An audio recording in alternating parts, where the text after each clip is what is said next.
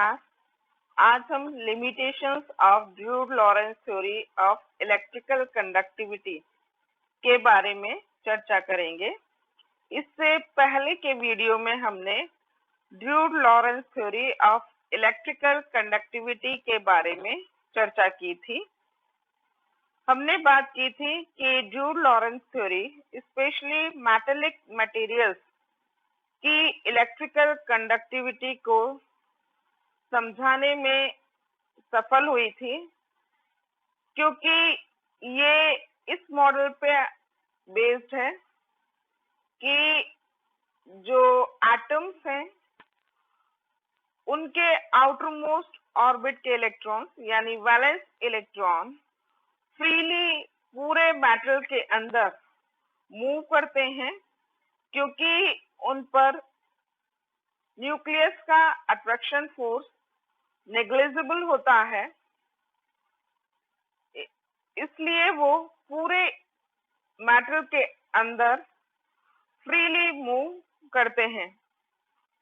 तो इन इलेक्ट्रॉन्स को आप इलेक्ट्रॉन गैस की तरह से कंसीडर कर सकते हैं, बिल्कुल वैसे ही जैसे कि आइडियल गैस में एटम्स रैंडमली मोशन करते हैं, जिनका कि आपस में कोई इंटरैक्शन नहीं होता है।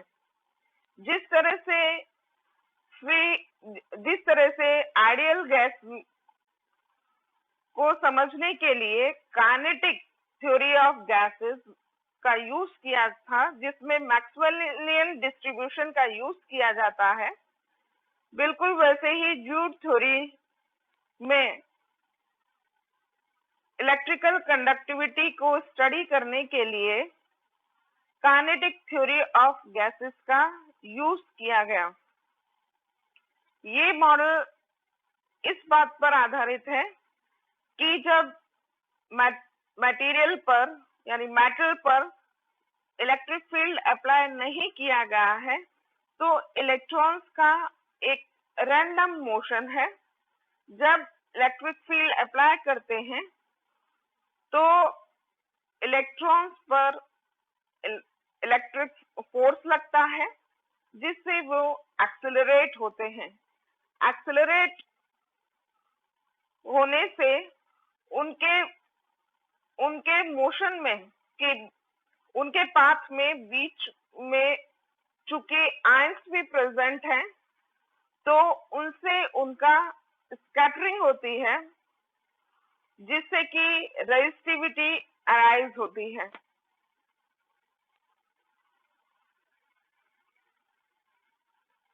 इस मॉडल पे को बेस मानते हुए जो इलेक्ट्रिकल कंडक्टिविटी निकल कर आई थी, वो Ne² tau अपॉन m थी, जहां n डेंसिटी ऑफ इलेक्ट्रॉन्स है, E इलेक्ट्रॉनिक चार्ज है, m mass of the electron है और tau रिलैक्सेशन टाइम है। यहाँ जो रिलैक्सेशन टाइम एक तरह से मीन फ्री टाइम ही है, क्योंकि ये थ्योरी इस मॉडल पर आधारित है कि कोलिजन के बाद यानी स्कैटरिंग के बाद इलेक्ट्रॉन की क्या वेलोसिटी होगी, वो इस बात पर डिपेंड नहीं करती है कि उसका कोलिजन से पहले क्या वेलोसिटी थी या उसकी क्या डायरेक्शन थी। इस मॉडल को बेस मानने के कारण जो रिलैक्सेशन टाइम है, वो एक तरह से फ्री मीन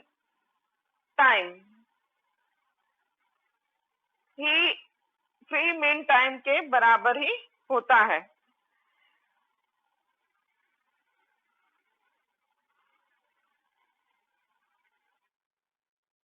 यदि हम फ्री मीन पाथ निकालना चाहें, तो यदि L यहाँ L फ्री मीन पाथ ले रखा है, तो L will be equal to V0 tau होगा, जहां V0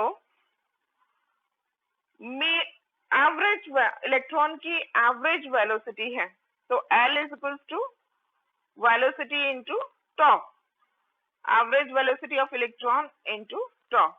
यहाँ हमें एवरेज वेलोसिटी ऑफ इलेक्ट्रॉन्स को देखना है कि वो कितनी होगी।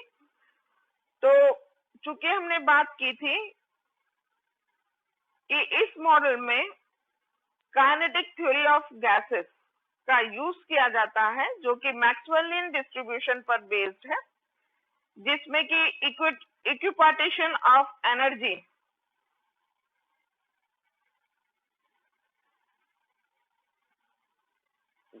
के बेस पर फ्री पार्टिकल की एनर्जी निकाली जाती है।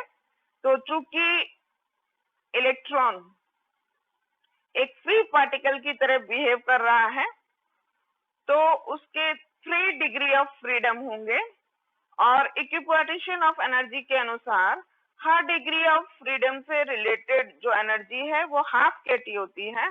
तो इलेक्ट्रॉन की जो एनर्जी है वो 3/2 kT होगी, और चूंकि ये फ्री पार्टिकल है तो इसकी केवल काइनेटिक एनर्जी होगी, तो it will be equal to half mv0²। तो half mv0² is equal to 3/2 kT।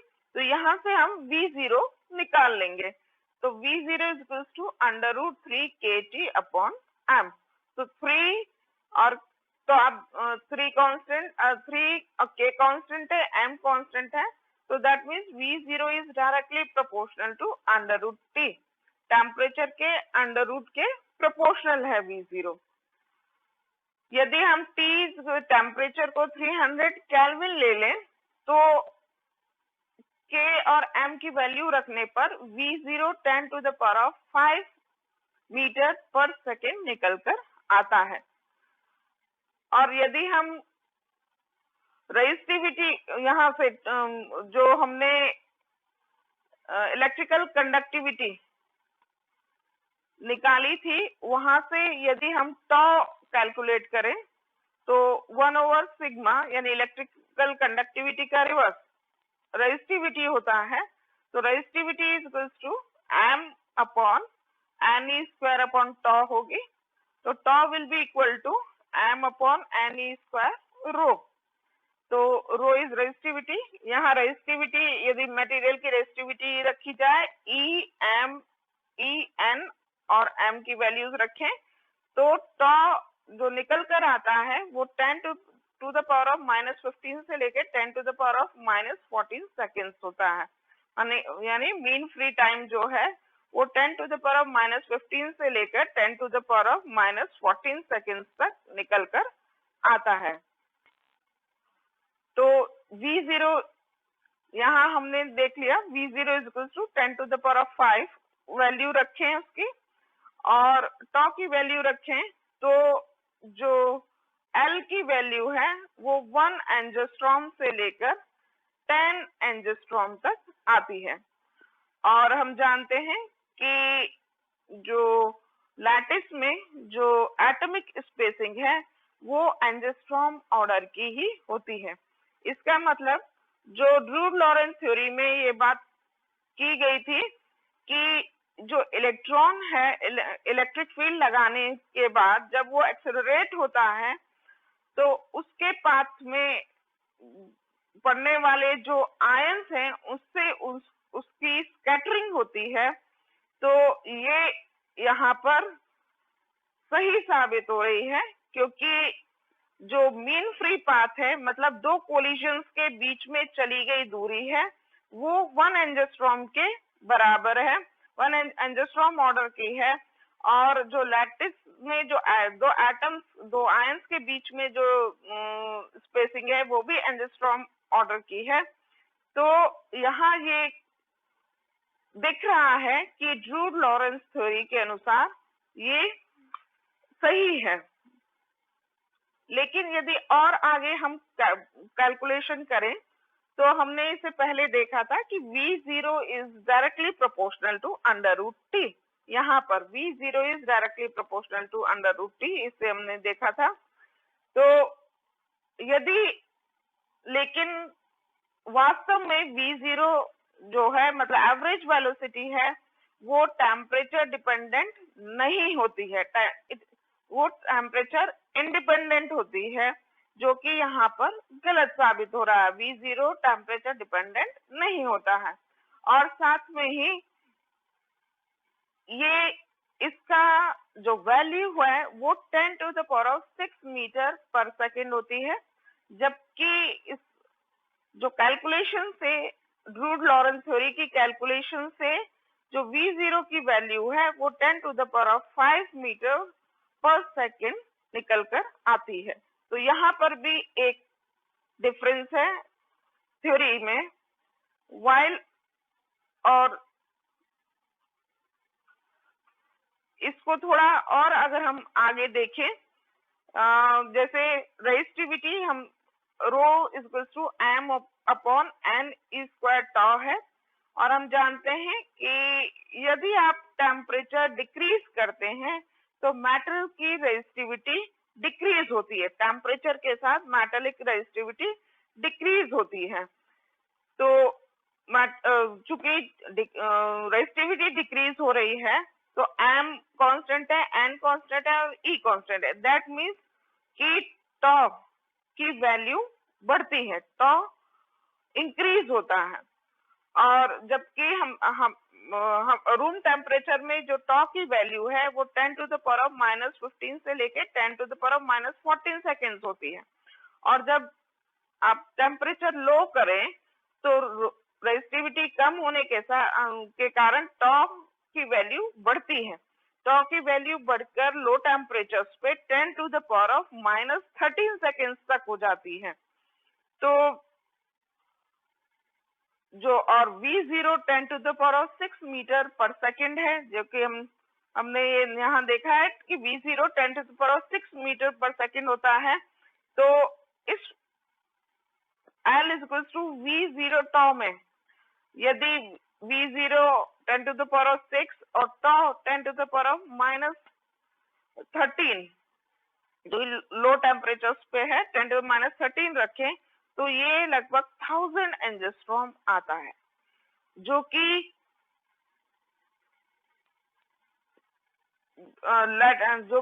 अब एटॉमिक स्पेसिंग के बराबर नहीं है। तो यहाँ पर ड्रूड लॉरेंस थ्योरी, ये फिर स्कैटरिंग यहाँ पर आयंस के कारण हो रही है, ये बात क्लियर नहीं होती है। तो यहाँ पर ड्रूड लॉरेंस थ्योरी इस बात को समझाने में, क्लियर करने में पूरी तरह से क्लियर करने में सफल नहीं हो पाई कि एक्चुअली स्कैटरिंग मैटर्स के अंदर स्कैटरिंग किस कारण से हो रही है। हालांकि इसकी एक ये बहुत बड़ी सफलता थी कि ये मैटर की इलेक्ट्रिकल कंडक्टिविटी को समझा पाई और यह बता पाई कि एक्चुअली मैटर के अंदर क्या हो रहा है जिसके कारण मैटर में रेजिस्टिविटी अराइज हो रही है। तो इसके अनुसार कि मैटर में रेजिस्टिविटी उस स्कैटरिंग, इलेक्ट्रॉन के स्कैटरिंग के कारण अराइज हो रही है, लेकिन ये स्कैटरिंग किस कारण से हो रही है वो बहुत ज्यादा क्लियर नहीं कर पाए। धन्यवाद।